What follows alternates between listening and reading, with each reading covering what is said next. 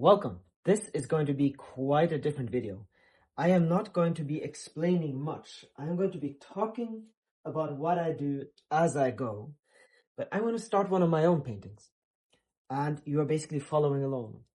So I will not be worrying about making things easy, but I will be talking the entire time about how I do it and what I do.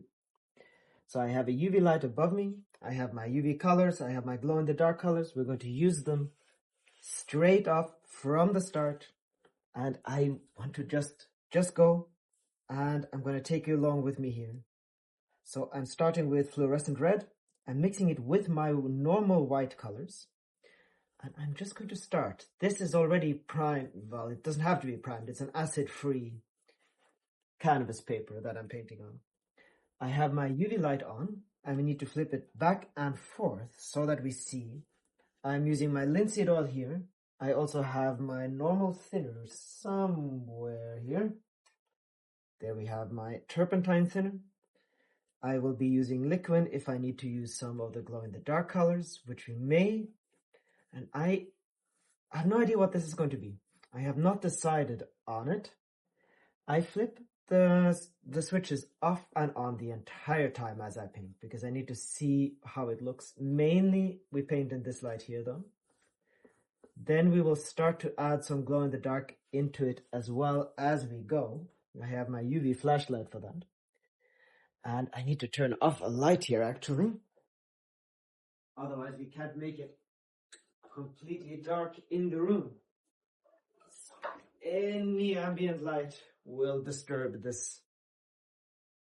Now, let's see. It's of course completely dark when we turn off the lights. What do we want to do? Now, of course, I have to start deciding. I have my UV, but glow-in-the-dark. This is a UV glow-in-the-dark color.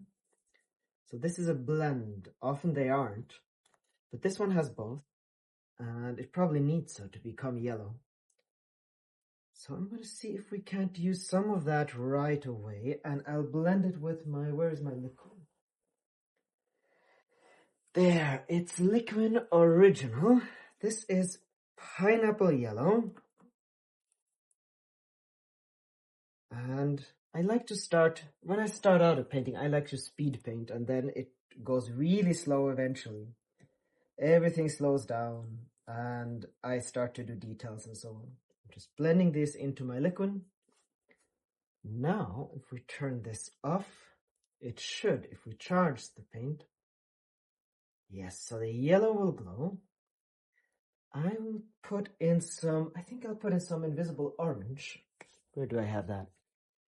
So let's see. This here is my invisible orange, and I also have some invisible red. I'm just going to blend it together, see how it looks.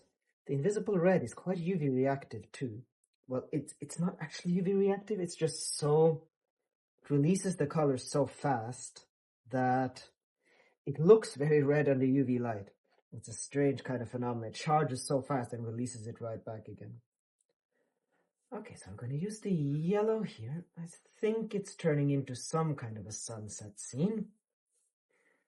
I can actually quite like that. We can put the mountains into it, so we'll put a little bit more. A little bit of a redundant yellow at the bottom here. Turn off the lights. See, okay, it's quite... Well, that's quite nice. We can put some blue mountains in there, maybe.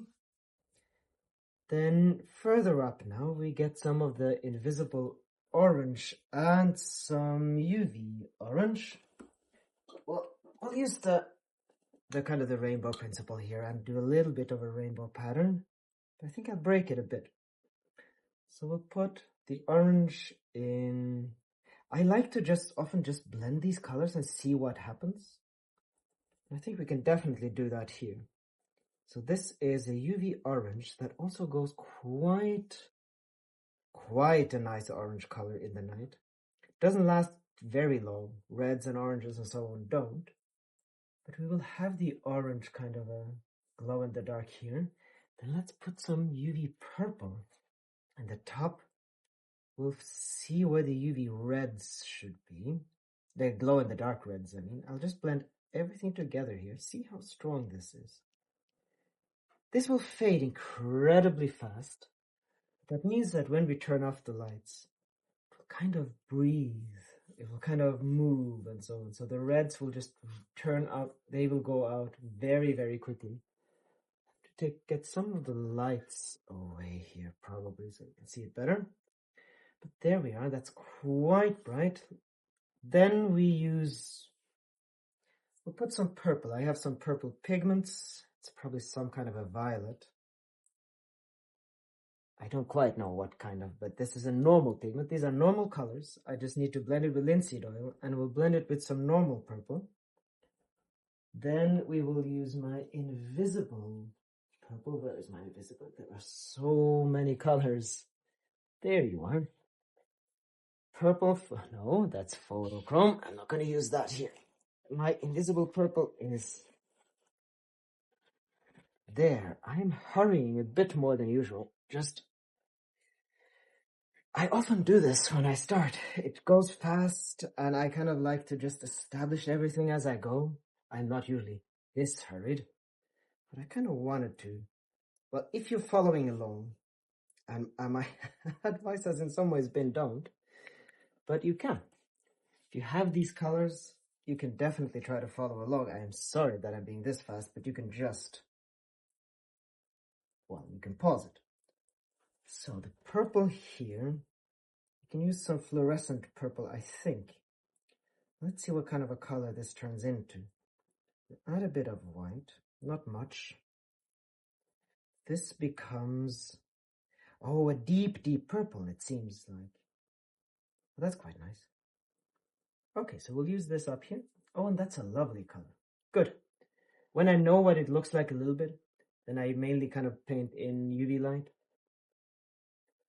We are going to need some more white just to cover the canvas though, and then we'll put that into it. Often, since these paintings, the glow in the dark and even the fluorescence are so translucent, they don't cover the canvas well. So I often like to paint in some proper white colors too. That'll dim the colors since they blend in. But it's a necessary thing to do to have the feel that the canvas is actually fully covered in paint. I seem to have missed, oh, never mind. It's already a mess in here anyway. And now I'm just going to blend these together. I could always make this darker, but it might be nice to just have a color like this. There. And now we have the kind of a canvas prepared. We will do the same thing on the bottom. I think I'll get some blue in though. Should we put some blue glow in the dark colors maybe on the bottom? Where is my blue? Blue, 15 microns. Well, it's a nice wash of a color. We'll deepen the color a little bit. Maybe this turns into a snow landscape or something like that. I don't quite know yet. And now it's possible to start slowing down a bit. I have the landscape. I have the canvas covered. I don't have the landscape yet. This is just going to be the start of a painting. That looks nice. Let's see. I use my flashlight just to kind of see. Okay, if we do this, we will have everything will be glowing in the dark, just slightly, which is nice because then we just have kind of this undercoat of the painting that glows in the dark. I think I'm going to use these as clouds instead of mountains, actually. I'll kind of fade them in. And then we'll have to see exactly what to do. I might just do a classical kind of trees into the painting, into the foreground here. A contrast to start with, but I'm not sure. There.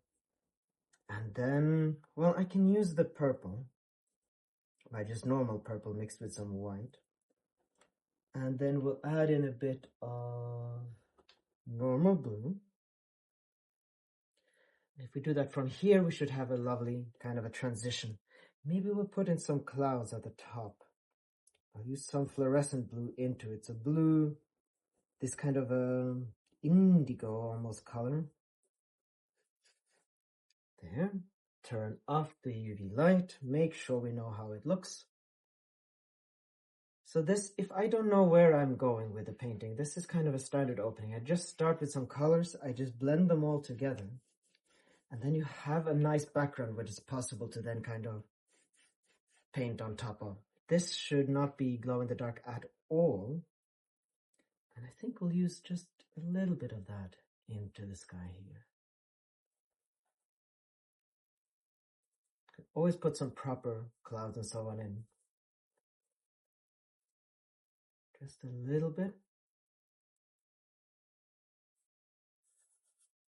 Dog hairs must be removed. There we are. Like this. Okay. So, how does this look in UV light? Oh, that looks quite startling in UV light. So now we have the start to the painting. Let's see where it's going to go from here. Sometimes now I might just want to let it dry, and maybe this is just the first part of a series here. Or we paint wet in wet, which we could do. I use my calligraphy brush. We use some black. Well, this is probably going to be more difficult to follow along with. If anyone is, this is probably quite a bit worse to follow along with, even than my speed painting. I will now just use a calligraphy brush and black with... What should we use on bronze? I'm going to use bronze pigments here. This is mica powder. I mix this almost this entirely. It has this lovely bronze color. Turn this off here. You can see it here. It's slightly metallic. We need linseed oil to mix that with, otherwise it just it isn't actually paint that you can paint with. And it turns into it's not very metallic, it's just a slightly strange color. Let's turn on the UV light. And let's just paint the tree. Do it in one go. Just kind of have a little bit of a feel for the tree like this. Then I like to go back in and kind of decide how the tree kind of looks after the fact. Because I already have some movement in the tree now. And then we'll plant it into the ground. Paint a little bit of a ridge. And then extend it out. And we now have it there. And then we have the foreground of the painting too. Then I'll use a separate calligraphy brush, clean off anything that I have on it, and put some branches in. Now this is still about a few percentages finished, if that. This is just kind of an opening sequence of a painting that can go in any direction still. And then we'll just kind of paint some branches here. Like this. Now, I have been likened to Bob Ross a lot of times, but Bob Ross did actually have a paint in a way that anyone could follow along. If you're trying to follow along with this, hopefully that myth is dispelled. Calligraphy brushes and fine lines are some of the most difficult things to work with. But once you get a hang of them, it just feels so wonderful to paint with them. I can hardly recommend it. If you have a calligraphy brush and you're trying to follow along here, you probably, some of you might be much better than me watching this, but if you're not, just practice, and even practice some Chinese characters. Google it online, how the Chinese learn in school how to create the characters. It will teach you how to use them really well. You don't have to understand the character.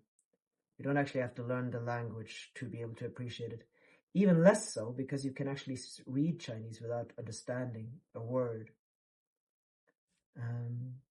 So you can actually learn the written language without learning a word of Mandarin. That's just how the writing system works. But that's not terribly important. The important thing is that you then learn how to control your brush strokes with a calligraphy brush. Otherwise, you can, of course, just paint this in the more traditional Western way, which is kind of, well, I have no idea, different. Let's use, I'm going to use a destroyed calligraphy brush. You can just, if you don't have a destroyed calligraphy brush, you just bang it on the table a lot until you just destroy the hairs, and it looks more like this. And then I'm just going to put in a few kind of needles and some shapes.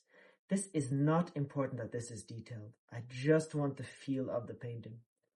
So all of this I'm going to go over and paint in properly. Now it's more about the colors, the shapes, and so on, than how it's actually going to look. I might remove everything. This might become a mountain, who knows? Now though, we have a tree.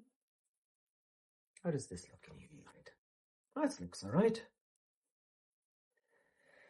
Okay, I think this might need to, at this point, I will either continue painting or I will just leave it and let it dry. We'll paint in the sun though. I'll use my orange UV orange here. And I like to just trace the sun with the orange, and then you just wash it out around the sun and you already get it. And then you can put in brighter colors in the middle of the sun later, because you already then have the shine of the sun if you do this. And then we put in the brighter colors, and we'll put a brighter color around it. If you have sunlight like this and you kind of put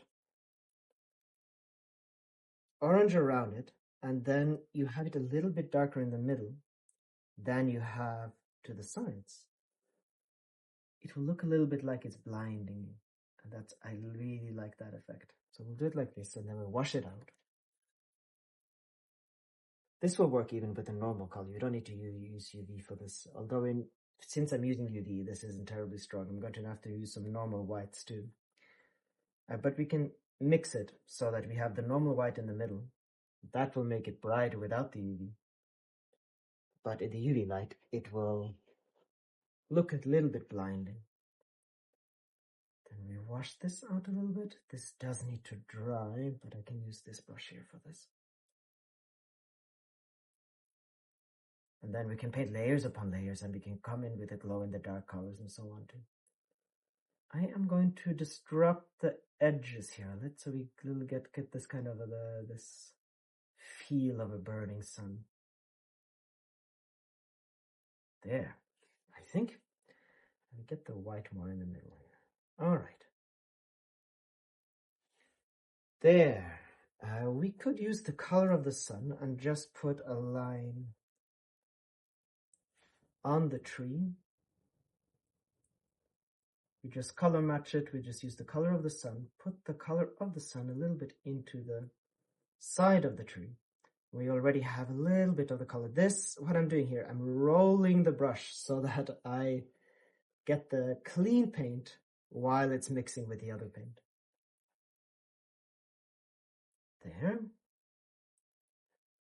There, okay. A little bit of a start to a new oil painting. I am now going to let this dry. Let's see where this goes. I hope this was interesting to watch. I have no idea if anyone did, but this is often how I start my paintings. Just wanted some yellow lines in here. This is often the way I paint. I start to paint, and then I look a little bit away, and then I come back to it, and then I see, oh, this would be nice, and this would be nice, and this would be nice. And then it just kind of goes by feel. How does this actually look at night? It probably doesn't look very good at night at all. If we charge this a bit, the sun, of course, doesn't have any glow in the dark, so I have no idea what's going to happen to it. I like it though. It's a good start. It's a good background to continue the painting.